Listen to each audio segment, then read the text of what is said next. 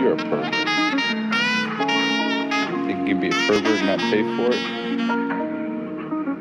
Selamat pagi bosku, jumpa kembali bersama saya Revita Febriani di channel Pilar Mas Investindo Sekuritas. Touch your heart, touch your profit. Seperti biasa, hari ini Rabu 2 Februari 2022, saya akan membacakan market review kita untuk hari ini dengan episode India Semangat. So, jangan kemana-mana ya bosku, tetap di channel Pilar Mas Investindo Sekuritas. Touch your heart, touch your profit. Pionir Sekuritas Channel di Indonesia.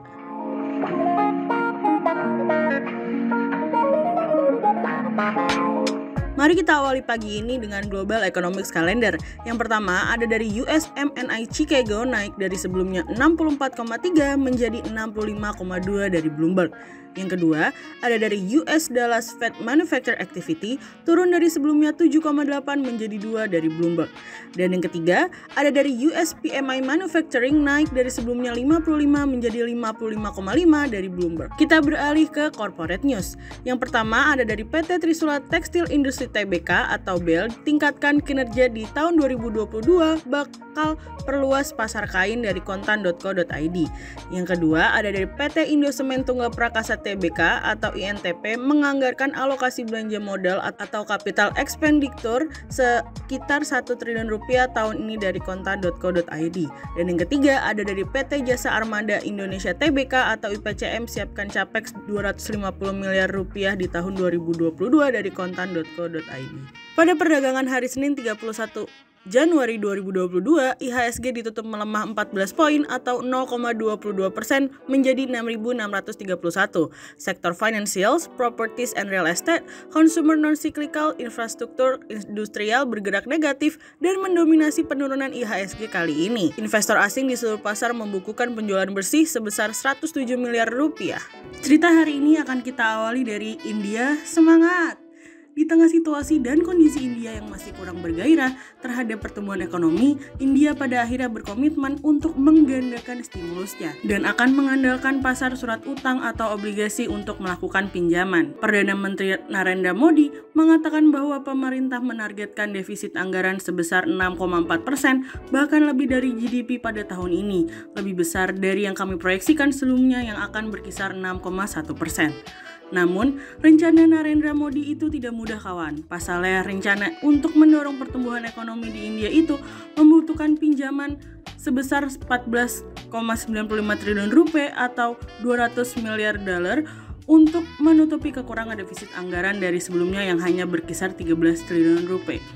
Suplai yang berlebihan di pasar obligasi akan membuat harga obligasi juga mengalami penurunan ketika tidak ada demand dan akan mendorong kupon serta imbal hasil obligasi untuk mengalami kenaikan. Hal ini yang membuat pasar obligasi di India turun secara harga dan mengalami kenaikan pada imbal hasil sebanyak 21 BPS. Namun di sektor saham mengalami kenaikan hingga 1,5%. Karena seperti biasa, setiap ada stimulus yang diberikan, sektor saham akan merasakan dampak pertama kali dari stimulus tersebut, meskipun tidak semua sektor juga dapat dimenangkan. India diperkirakan akan terus melanjutkan momentum pemulihan ekonomi dengan tingkat pertumbuhan ekonomi sebesar 8% hingga 8,5%. Menteri Keuangan Nirmala Sitharaman mengatakan bahwa stimulus ini akan terus memberikan dorongan terhadap pertumbuhan ekonomi. Lebih detailnya lagi, Nirmala akan memberikan blueprint perekonomian India yang dimana akan mendorong dan mengarahkan perekonomian India selama kurang lebih 25 tahun ke depan. Terakhir, Nirmala sedang mengusahakan untuk meminta pemerintah menjual 5% saham dari perusahaan asuransi jiwa yang ada di India sehingga mendapatkan dana segar sebesar 10 miliar dolar. Tidak hanya itu saja loh, pemerintah India juga sekarang mulai memberikan pajak untuk setiap keuntungan berinvestasi dalam kripto sebesar 30%. Ada beberapa hal yang akan difokuskan oleh India.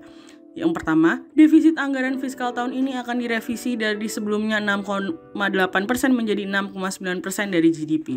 Yang kedua, Green Bond akan menjadi salah satu hal yang difokuskan oleh pemerintah India untuk mendorong belanja infrastruktur. Yang ketiga, melakukan subsidi terhadap sektor pupuk sebesar 1,05 triliun rupiah, minyak 58 miliar rupiah, dan pangan 2,07 triliun rupiah. Dan yang keempat, Dividen dari Bank Sentral India diharapkan menjadi 739 miliar rupiah. Berita yang kedua datang dari konsistensi. Harga batu bara kembali menguat di atas 200 US dollar per metric ton seiring dengan masih kuatnya permintaan dan munculnya kebijakan dari larangan ekspor. Indonesia merupakan negara ekspor batu bara termal terbesar di dunia. Larangan ekspor komoditas tersebut akhirnya berdampak pada harga bara. Bursa ICE Newcastle mencatat harga batu bara kontrak Februari masih dihargai pada level 226,25 US dollar per metric ton pada penutupan perdagangan hari Jumat 28 Januari 2022. Angka ini turun 1,50 poin dari perdagangan hari sebelumnya.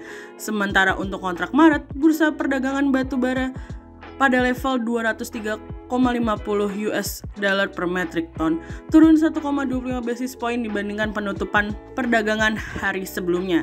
Selain itu, batu bara untuk kontrak April masih cukup panas, yakni 185,55 US dollar per metric ton. Saat ini kenaikan mendekati 230 dolar US dollar per metric ton. Capaian tersebut merupakan yang tertinggi sejak akhir Oktober 2021.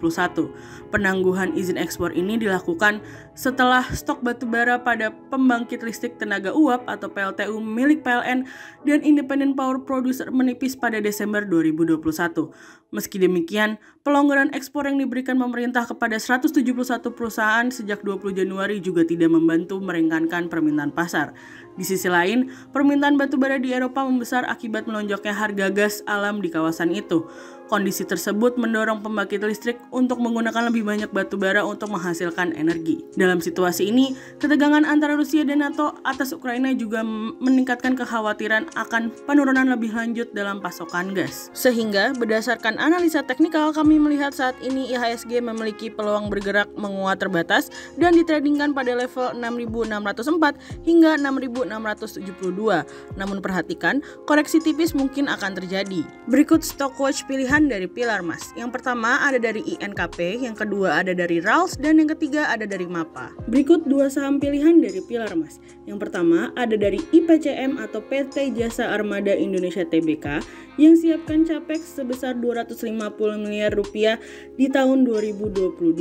Sehingga berdasarkan teknikal analisa, pada tren dalam jangka waktu short term berpotensi untuk bearish dengan target 270 dan probabilitas sebesar 52%. Dan pada tren dalam jangka waktu long term berpotensi untuk bearish dengan target 250 dan probabilitas sebesar 62%. Yang kedua ada dari INTP atau PT Indosement Tunggal Prakasa Tbk menganggarkan alokasi belanja modal atau capital expenditure sekitar 1 triliun rupiah di tahun ini. Sehingga berdasarkan technical analisa pada tren dalam jangka waktu short term berpotensi untuk bearish dengan target 10.700 dan probabilitas sebesar 65%. Dan pada tren dalam jangka waktu long term berpotensi untuk bullish dengan target 13.400 dan probabilitas sebesar 78%. Berikut 40 saham pilihan dari pilar emas.